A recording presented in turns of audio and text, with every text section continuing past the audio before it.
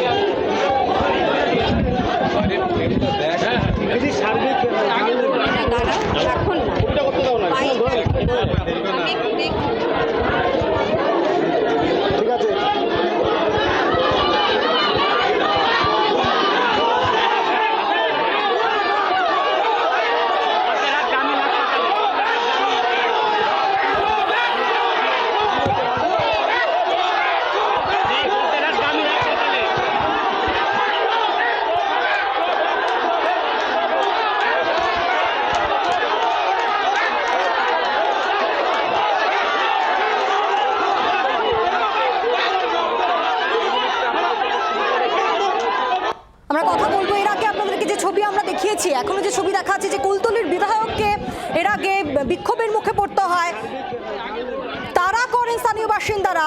অন্যদিকে প্রতিমা মণ্ডল তৃণমূল সাংসদ জয়নগরে, তিনি তাকে দেখেও ক্ষোভে ফেটে পড়েন স্থানীয় বাসিন্দারা, গো ব্যাক স্লোগান দেন তারা। আমরা কথা বলবো, টেলিফোনে রয়েছেন প্রতিনিধি তথাগত চক্রবর্তী রয়েছেন আমাদের সঙ্গে। তথাগত, একদিকে কুলতলির বিধায়ক তিনি তারা খান, স্থানীয় বাসিন্দারা ক্ষোভে ফেটে পড়েন, অন্যদিকে সাংসদকে দেখেও ক্ষোভের বিস্ফোরণ। দেখো, একদমই প্রতিমা মণ্ডল তিনি সাংসদ, যেখানে নির্যাতিতার দেহ রাখা ছিল সেই পদ্মেরহাট হাসপাতাল, সেখানে তিনি যান এবং তিনি যখন সেখানে পৌঁছান সেখানে কিন্তু তাকে বিক্ষোভের মুখে পড়তে হয়। এবং যেটা জানা গিয়েছে সেখানে কিন্তু সাধারণ মানুষ থেকে আরম্ভ করে বিজেপি কর্মী সমর্থকরাও সেখানে সেই সময় উপস্থিত ছিলেন। তারা তাকে ঘিরে বিক্ষোভ দেখান এবং বিক্ষোভ দেখানোর পাশাপাশি তাকে ঘিরে গো ব্ল্যাক স্লোগানও দেওয়া হয় এবং এই ঘটনায় বেশ খানিকটা অপ্রস্তুতে পড়তে হয় জয়নগরের সাংসদের। সম্প্রতি যে লোকসভা নির্বাচন, সেই লোকসভা নির্বাচনে কিন্তু তিনি রেকর্ড ভোটে জয়ী হয়েছিলেন এবং তারপর আজকের এই যে ঘটনায় নির্যাতিত যে নাবালিকার কে ধর্ষণ এবং খুনের অভিযোগ, সেই ঘটনাকে কেন্দ্র করে আজকে সকাল থেকেই কিন্তু বিভিন্ন জায়গায় তৃণমূল বিধায়ক, সকালে যেমন তৃণমূল বিধায়ককে ঘটনাস্থলে বিক্ষোভ দেখান স্থানীয় বাসিন্দারা এবং তার তিনি শেষ পর্যন্ত এলাকা ছেড়ে অন্যত্র চলে যান। এবং তারপর জয়নগরের সাংসদ এবং যেখানে ঘটনাস্থল জয়নগর এবং কুলতলি বিধানসভা, এই দুটো বিধানসভায় কিন্তু জয়নগর লোকসভা কেন্দ্রের অন্তর্গত। এবং এই ঘটনার খবর পেয়ে দৌড়ে এসেছিলেন সাংসদ প্রতিমা মণ্ডল এবং তিনি যখন আসেন ঘটনাস্থলে সেই সময়ও কিন্তু তাকে ঘিরে বিক্ষোভ দেখানো হয় এবং এই বিক্ষোভকে কেন্দ্র করে কিন্তু নতুন করে বিষয়টি নিয়ে রাজনৈতিকভাবে শোরগোল শুরু হয়েছে এবং এই ঘটনায় ইতিমধ্যেই তৃণমূল সাংসদের দিকে কটাক্ষের সুর ছোড়া হয়েছে জেলা বিজেপির পক্ষ থেকে। এবং তারা যেটা জানিয়েছেন যে একের পর এক যেই ধরনের ঘটনা ঘটছে, এর ফলে কিন্তু রাজ্যের পশ্চিমবঙ্গ জুড়ে যে আইন শৃঙ্খলার যে চরম অবনতি হয়েছে এমনটাই কিন্তু বিজেপি এবং বামেদের পক্ষ থেকে অভিযোগ করা হয়েছে। পাশাপাশি তারা এটাও জানিয়েছেন যে এই রাজ্যে মহিলাদের কোনো সম্মান নেই, মহিলারা কেউ সুরক্ষিত নয়, এমনটাই কিন্তু দাবি বিজেপি এবং বামেদের। পায়েল, তথাগত, এখনো কি সাংসদ জয়নগরের সাংসদ প্রতিমা মণ্ডল তিনি রয়েছেন?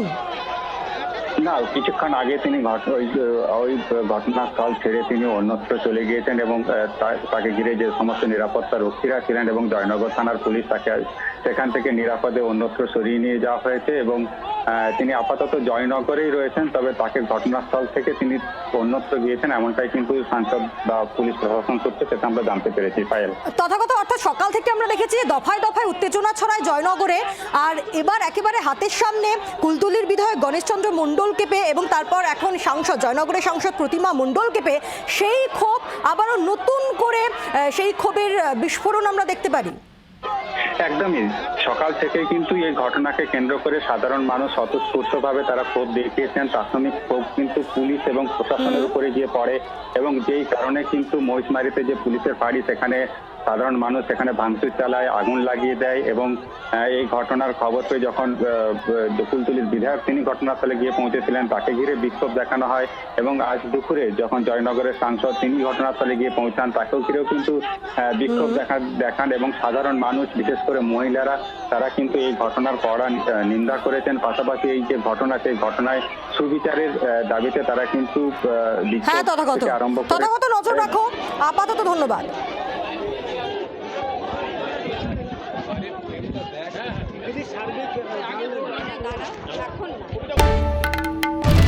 বাংলার আওয়াজ, বাঙালির আবেগ, জি 24 ঘন্টা।